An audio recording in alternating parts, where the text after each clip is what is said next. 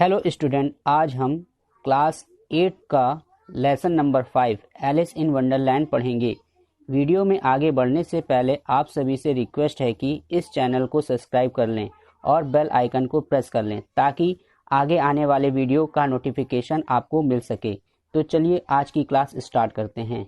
Alice in Wonderland. Alice in Wonderland का मतलब Alice एक विचित्र दुनिया में। एलिस इन वंडरलैंड के बारे में आपने पिछली कक्षाओं में भी पढ़ा होगा।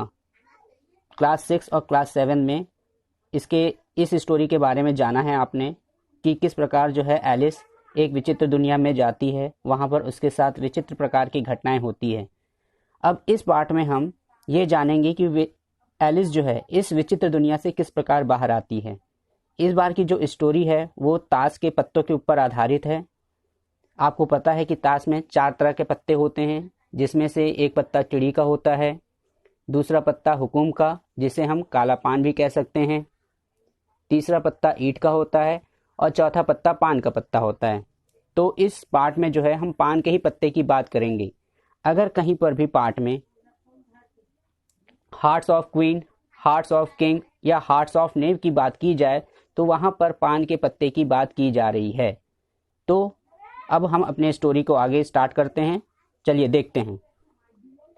You have read the story of Alice in Wonderland in class 6 and 7। यहाँ कहा जा रहा है कि आपने कक्षा 7 और कक्षा 6 में एलिस इन वंडरलैंड के बारे में सुना होगा या पढ़ा है। Recollect the story in groups. उस कहानी को अपने क्लास के ग्रुप के साथ दोबारा से दोहराइए, यानी उसको याद करिए। ऐसा क्यों कहा गया है? क्योंकि अगर आप उन कहानी को याद नहीं करोगे तो ये वाली कहानी आपको समझ में नहीं आएगी, क्योंकि एलिस इन वंडरलैंड उन्हीं 2 क्लास के आगे की कहानी है। आगे देखिए क्या कहा जा रहा है। Share one of your dream with your classmate. यहाँ पर यह कहा जा रहा है कि आपका कोई एक सपना है, उसे अपने क्लासमेट यानी सहपाठी के साथ, क्लासमेट का मतलब सहपाठी के साथ बांटिए, उसको बताइए कि आपका क्या एक सपना है। इसके आगे देखते हैं। Did you here how the Queen of hearts made the tarts. क्या आपने सुना रानी ने मिठाई कैसे बनाई। यहां पर टार्ट्स का मतलब मिठाई और क्वीन ऑफ हार्ट्स मैंने बता रखा है। क्वीन ऑफ हार्ट्स का मतलब पान की रानी। And can you tell what became of them. और क्या आप बता सकते हो उसके साथ क्या हुआ। The song tell you about it. यह गीत आपको उसके बारे में बताएगी। अबाउट का मतलब के बारे में। The Queen of Hearts she made some tarts all on a summer day. पूरे दिन भर गर्मी के दिनों में रानी ने मिठाई बनाई। The knave of hearts he stole the tarts. और उस मिठाई को एक गुलाम चुरा ले गया। टार्ट्स ने बता रखा है मिठाई। नेव का मतलब होता है गुलाम। कौन सा गुलाम? नेव ऑफ हार्ट्स का मतलब पान का गुलाम। तो जब रानी ने मिठाई बनाई थी तो उस मिठाई को कौन चुरा के ले गया था? पान का जो गुलाम था उसने उसको चुरा लिया था। And took them clean away. और उसे बहुत दूर ले गया था। अवे का मतलब होता है बहुत दूर ले जाना।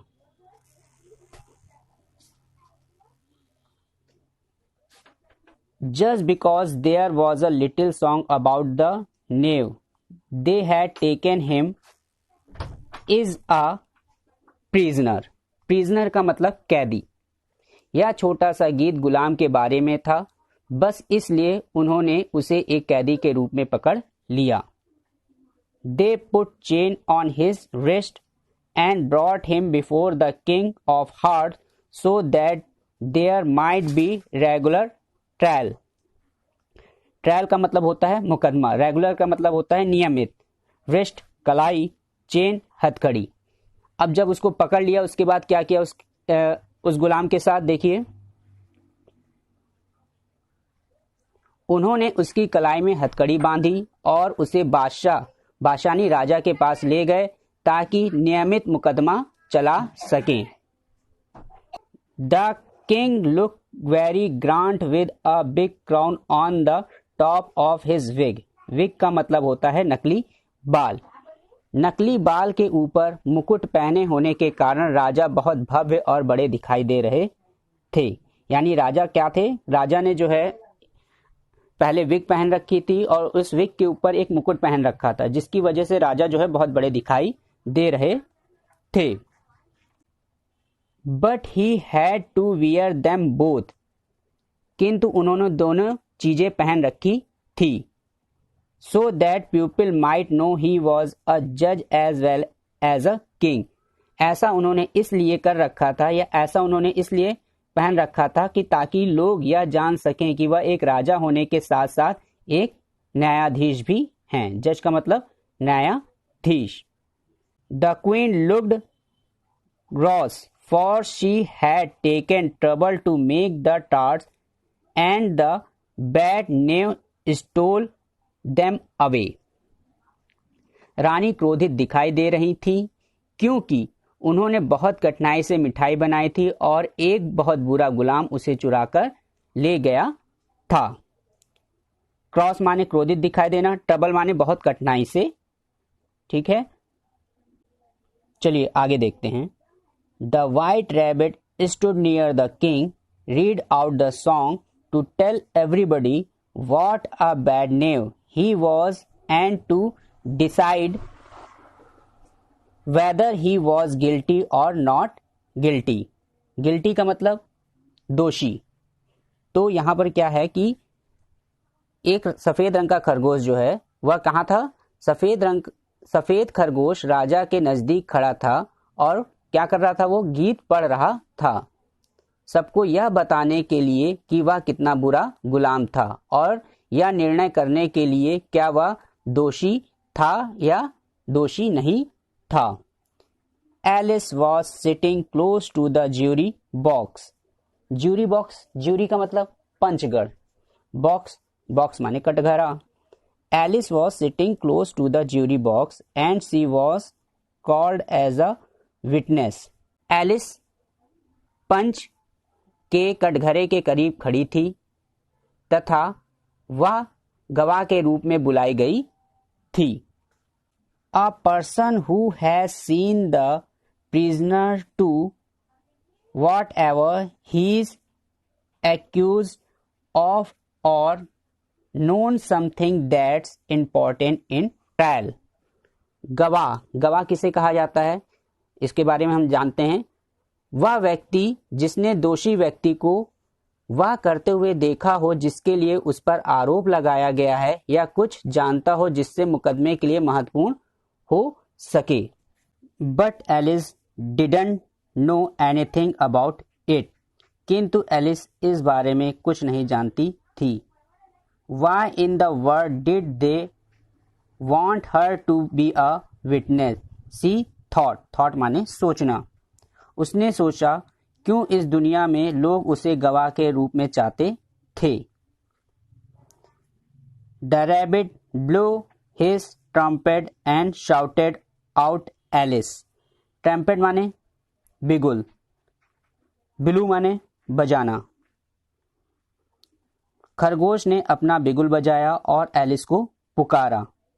And Alice jumped up in great hurry and her skirt, oh, it caught against the jury box and tipped it over, and all the poor little juries came tumbling out of it।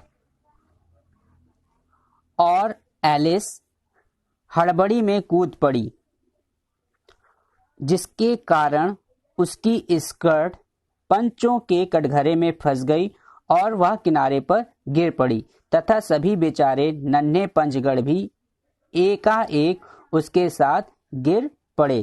कहने का मतलब यह है, जब खरगोश ने अपना बिगुल बजाया और एलिस को आवाज दिया तो एलिस घबरा गई, जिसके कारण वो घबराहट के कारण क्या हुआ, वो जल्दी से उठी और कूदी, जिसके कारण उसका जो स्कर्ट था वो कटघरे में फंस गया और वह फंसने के कारण क्या हुआ, वो जमीन पर गिर गई।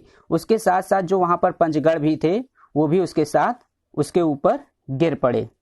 टम्बलिंग, टम्बलिंग का मतलब एकाएक गिरना। Alice pick them all up again very carefully. Pick माने उठाना। तो क्या हुआ, जब वो पंचगढ़ गिर गए तो एलिस ने क्या किया, एलिस ने उन सबको बड़ी सावधानी से उठाया। केयरफुली माने सावधानी से उठाना। The king wanted the jury to settle whether the knave of hearts was guilty or not guilty.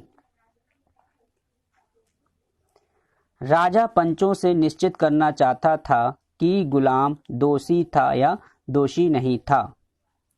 The queen wanted to punish them. लेकिन जो रानी थी वो क्या करना चाहती थी, रानी उसे सजा दिलवाना चाहती थी। The knave first of all but Alice. गुलाम कुछ कहता उससे पहले एलिस ने। सो एलिस सेड। एलिस ने कहा, स्टफ एंड नॉनसेंस। बकवास तथा मूर्ख। स्टफ माने बकवास, नॉनसेंस माने मूर्ख। The queen said. रानी बोली। Off with her head. सर कलम कर दो, यानी उसका सर जो है काट दो। Just what she always said when she was angry. वह प्रायः ऐसा कहती थी जब वह गुस्से में रहती थी। So Alice replied. फिर एलिस ने उत्तर दिया। Who care for you. तुम्हारी चिंता कौन करता है। You are nothing but a pack of card. तुम कुछ बस ताश की गड्डी के पत्तों के अलावा कुछ भी नहीं हो। So they were all angry and flew up into the air. Then they all came tumbling down again all over poor Alice just like a shower of rain. Alice के ऐसा कहने पर सभी क्रोधित हो गए और हवा में ऊपर उड़ने लगे। फिर वे सब एकाएक पुनः बेचारी एलिस पर वर्षा के बूंदों के समान नीचे गिरने लगे। The next thing Alice woke up out of her curious dream and she found that the cards were only some leaves of the tree that the wind had blow down upon her face. अगले क्षण अपने अनोखे सपने से Alice जाग उठी और उसने पाया कि ताश के पत्ते केवल वृक्ष के कुछ पत्ते थे जो कि हवा ने उसके चेहरे पर बिखेर दिए थे। Wouldn't it be a nice thing to have a curious dream just like Alice. क्या एलिस के समान सपने देखना अच्छी बात नहीं है। To have a curious dream like Alice. Lay down, shut your eyes tight, goodbye, Alice dear, goodbye। अगर तुम एलिस के समान विचित्र सपना देखना चाहते हो तो अपनी आंखों को बंद करो और जमीन पर लेट जाओ और एलिस को कहो गुड बाय प्रिय एलिस, गुड बाय, और आप अपने विचित्र सपनों में खो जाओ। इस प्रकार हमारा आज का ये लेसन 5 जो है कंप्लीट होता है। अब आगे का लेसन नेक्स्ट वीडियो में बताऊंगा।